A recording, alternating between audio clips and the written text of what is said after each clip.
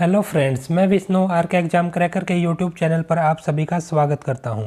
Friends, आज की इस वीडियो में मैं आप सभी के लिए हरियाणा जीके के मोस्ट इंपॉर्टेंट क्वेश्चंस की रिवीजन क्लास 6 लेकर आया हूं। यहां पर मैं आपके लिए जो हरियाणा जीके से रिलेटेड मोस्ट रिपीटेड जो बार बार पूछे जाने वाले क्वेश्चन हैं और आने वाले एग्ज़ाम्स जैसे कि आपके HSCC, CET, HPSC का कोई भी एग्ज़ाम हो या कोई भी हरियाणा स्टेट से रिलेटेड एग्ज़ाम हो 2024 के लिए, उन सभी के लिए ये बहुत ही महत्वपूर्ण क्वेश्चन है। आपके एग्ज़ाम से पहले इन सभी क्वेश्चन को बार बार देख कर जाइए ताकि आप आपके एग्ज़ाम में जो है हर क्वेश्चन को सही से आप आंसर चूज कर सकें।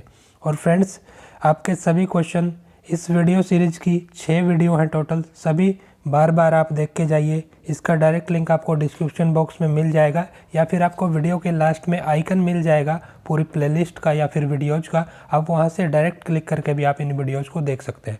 तो इन सभी पार्ट को आप जो है बार बार देख कर जाइए अपने एग्ज़ाम से पहले। यहाँ पर बिल्कुल सेलेक्टेड और अच्छे लेवल के जो हरियाणा जीके में बार बार एग्जाम्स में पूछे जाते हैं वो क्वेश्चन मैं लेकर आया हूँ। तो आज की वीडियो को शुरू करते हैं और आज के क्वेश्चन को देखते हैं। आज का पहला क्वेश्चन है, फेयर प्ले स्कॉलरशिप किसके लिए है? जो फेयर प्ले स्कॉलरशिप जो योजना है ये अनुसूचित जाति के लोगों के लिए है। जननायक चौधरी देवीलाल पुरस्कार का संबंध किससे है?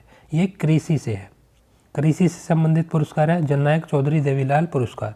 मुख्यमंत्री रत्न पुरस्कार के अंतर्गत कितनी राशि दी जाती है? ये दी जाती है 1 लाख रुपये।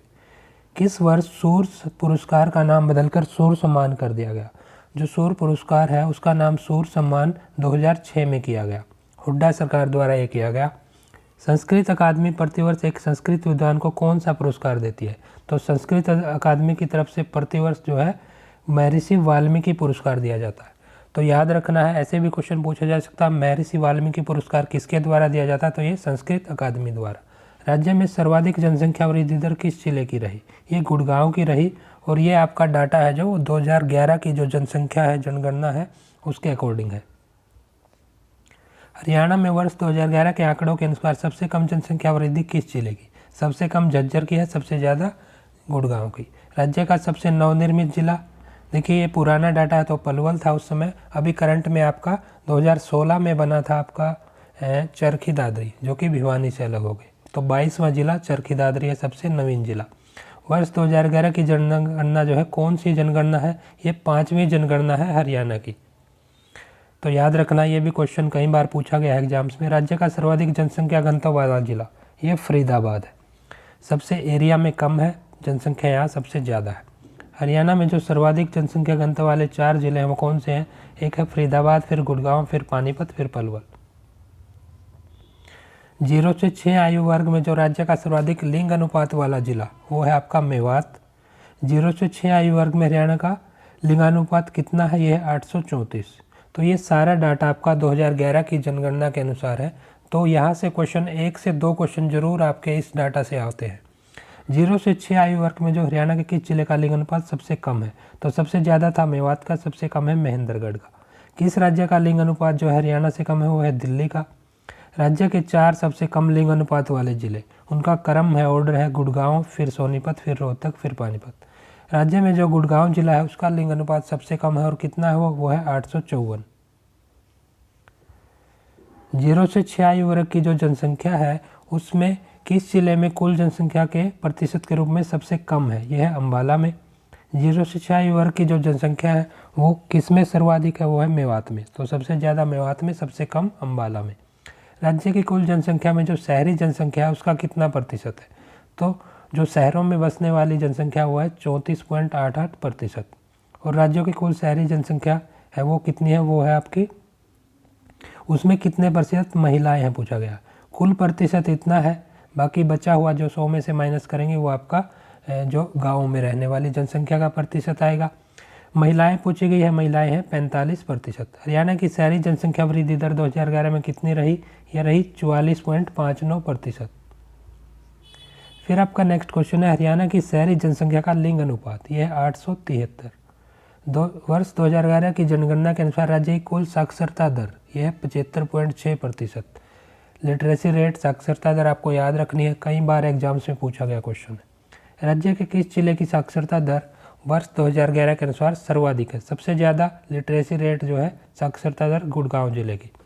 वर्ष 2011 की जनगणना के अनुसार जो सर्वाधिक पुरुष साक्षरता दर है वो रेवाड़ी में है। तो टोटल साक्षरता दर तो गुड़गांव की सबसे ज़्यादा, लेकिन पुरुष की पूछी जाए अलग से, वो है आपकी रेवाड़ी में। और पूछा गया राज्य में महिलाओं की साक्षरता दर कितनी है, 65.94%। और फिर पूछा गया है 2011 की जनगणना के अनुसार राज्य में जिले में महिला साक्षरता दर, ये गुड़गांव में। तो टोटल जो साक्षरता दर है वो भी गुड़गांव की सबसे ज़्यादा, महिलाओं की साक्षरता दर भी गुड़गांव में सबसे ज़्यादा, सिर्फ पुरुषों की जो है वो रेवाड़ी में सबसे ज़्यादा। पृथक राज्य के रूप में हरियाणा की पहली जनगणना 1971 में हुई और 2011 वाली आपकी जो है 5वीं जनगणना थी।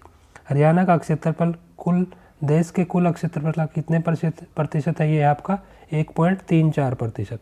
देश के सभी राज्यों में सबसे कम लिंग अनुपात हरियाणा का है।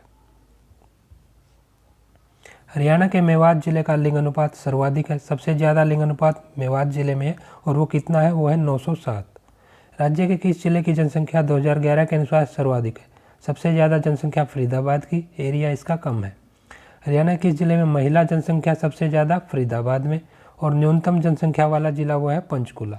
सबसे कम जनसंख्या पंचकुला में, सबसे ज़्यादा आपकी फरीदाबाद जिले में। महिलाएं सबसे ज़्यादा, वो भी फरीदाबाद में। सबसे न्यूनतम वृद्धि दर किस जिले की हुई, ये हुई झज्जर की, सबसे ज़्यादा गुड़गांव की, जिसको अभी करंट में हम गुरुग्राम बोलते हैं।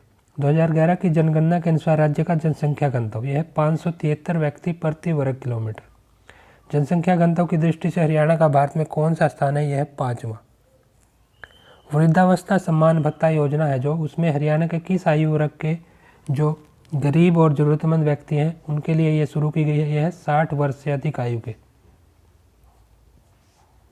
राज्य सरकार द्वारा हरियाणा के शारीरिक व मानसिक रूप से विकलांग जो व्यक्ति हैं उनके लिए विकलांग पेंशन योजना शुरू की है। वो किस आयु वर्ग में दी जाती है, 18 वर्ष से अधिक के व्यक्तियों को दी जाती है, विकलांगों को।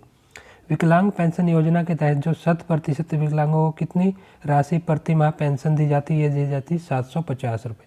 अभी करंट का आप डाटा चेक कर लेना, शायद ये बढ़ा दी गई है।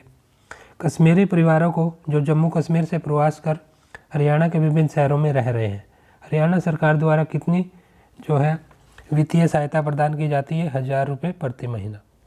नेत्रहीन वयस्क हेतु प्रशिक्षण केंद्र जो कि पानीपत में है। सबसे पहले याद रखना आपको कि नेत्रहीन जो वयस्क है उनके लिए एक ट्रेनिंग सेंटर है पानीपत जिले में। उसमें कितनी आयु के नेत्रहीन वयस्कों को प्रशिक्षण ट्रेनिंग दी जाती है, 18 से 45 वर्ष की आयु के बीच के जो वयस्क है उनको ये ट्रेनिंग दी जाती है। हरियाणा सरकार ने राजीव गांधी परिवार बीमा योजना कब शुरू की, ये शुरू की थी 1 अप्रैल 2006 को, जो हुड्डा गवर्नमेंट थी उसके द्वारा ये शुरू की गई थी। राजीव गांधी परिवार बीमा योजना के तहत स्थायी विकलांगता के शिकार हो जाने पर कितनी बीमा राशि पीड़ित को दी जाती है, 1 लाख। राज्य के सरकारी स्कूलों में खुशनुमा और बाल केंद्रित वातावरण में जो क्रियाकलाप आधारित शिक्षा के लिए एक तत्परता कार्यक्रम शुरू किया गया, वो कब शुरू किया गया, ये अप्रैल 2013 में। राष्ट्रीय परिवार लाभ योजना के तहत 18 से 65 वर्ष की आयु के बीच के जो बीपीएल परिवारों के संचालक हैं उनको आर्थिक सहायता दी जाती है, वो दी जाती है 10,000 रुपये। तो एज ग्रुप भी आपको याद रखना, एज ग्रुप भी जो है एग्जाम में पूछा जा सकता है, 18 से 65 वर्ष के बीच के जो बीपीएल परिवार के संचालक हैं उनको। किशोरी लड़कियों हेतु एक पोषाहार योजना है, उसके अंतर्गत किस आयु की किशोरी लड़कियों को जन वितरण प्रणाली द्वारा जो है 3 महीने लगातार 6 किलोग्राम गेहूं मुफ्त दिया जाएगा। ये 11 से 19 वर्ष के बीच की आयु वाली जो किशोरी लड़कियां। सुरक्षित भविष्य योजना, इसके तहत जो है प्रति माह आंगनवाड़ी के प्रत्येक कर्मचारी द्वारा LIC में कितनी राशि जमा की जाती है, ये है 100 रुपये। डॉक्टर अंबेडकर मेधावी छात्र योजना किस वर्ष प्रारंभ की गई, ये वर्ष 2005-06 में। राज्य सरकार द्वारा राज्य के जो शिक्षित बेरोजगार हैं उनके लिए बेरोजगारी भत्ता योजना कब शुरू की गई, ये शुरू की गई 1 नवंबर 2005 को। जो जितनी योजनाएं हैं उनसे रिलेटेड आपको जो है हर एक क्वेश्चन याद रखना है, योजना से रिलेटेड क्वेश्चन एग्जाम में जरूर पूछा जाता है। राज्य में हरियाणा विज्ञान प्रतिभा खोज स्कीम के अंतर्गत राष्ट्रीय प्रतिभा खोज परीक्षा में जो विज्ञान विषय है उसके नंबरों के आधार पर एक उच्चतम अंक प्राप्त करने वाले छात्र को छात्रवृत्ति यानी स्कॉलरशिप दी जाती है। वो कितनी है, वो है 1000 रुपये। हरियाणा सरकार द्वारा किस वर्ष को बालिका शिशु वर्ष घोषित किया गया, काफ़ी इंपॉर्टेंट क्वेश्चन है, कई बार रिपीट हुआ है। बालिका शिशु वर्ष 2006 को घोषित किया गया। अपनी बेटी अपना धन योजना के अंतर्गत हरियाणा सरकार लड़की के जन्म पर गरीब महिलाओं को कितनी राशि देती है? ये देती है 500 रुपये। 8वीं पास 18 से 28 वर्ष के इच्छुक जो युवक हैं उनको रोजगार देने के लिए हुनर से रोजगार तक योजना जो है हरियाणा के किस विभाग ने चलाई है? यह हरियाणा का पर्यटन विभाग, हरियाणा पर्यटन निगम।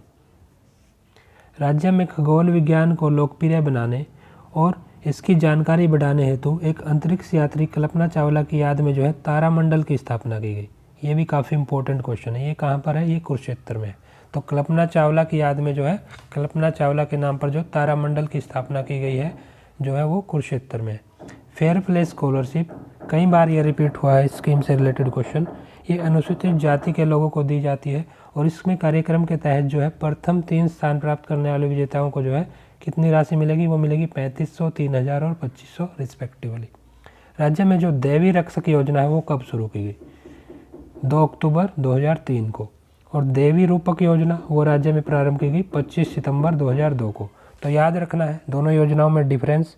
देवी रक्षक योजना जो है 2 अक्टूबर यानी महात्मा गांधी के जन्मदिन पर 2003 में। जो देवी रक्षक योजना है देवी रूपक योजना है वो आपकी 25 सितंबर 2002 को, और 25 सितंबर को जो है चौधरी देवीलाल का जन्मदिन होता है। तो ये आपको इस तरह से याद रखना है। कौन सी योजना राज्य में जनसंख्या को नियंत्रित करने, लड़के व लड़कियों में भेदभाव समाप्त करने और घटते लिंग अनुपात को संतुलित करने के उद्देश्य से आरंभ की गई? यह देवी रूपक योजना। उल्टा भी क्वेश्चन पूछा जा सकता है, देवी रूपक योजना का क्या उद्देश्य है? तो ये आपको इस तरह से ध्यान रखना है क्या इसका उद्देश्य है। हरियाणा में इंदिरा गांधी प्रियदर्शनी विवाह सुकून योजना कब शुरू की गई? ये शुरू की गई 14 मई 2005 को। लाडली सामाजिक सुरक्षा भत्ता योजना कब लागू की गई? 1 जनवरी 2006 को। और जो लाडली योजना के तहत जो है दूसरी कन्या पैदा होने पर कन्या के 5 वर्ष तक प्रतिवर्ष सरकार कितने रुपए देती है? ये देती है 5000 रुपये प्रतिवर्ष।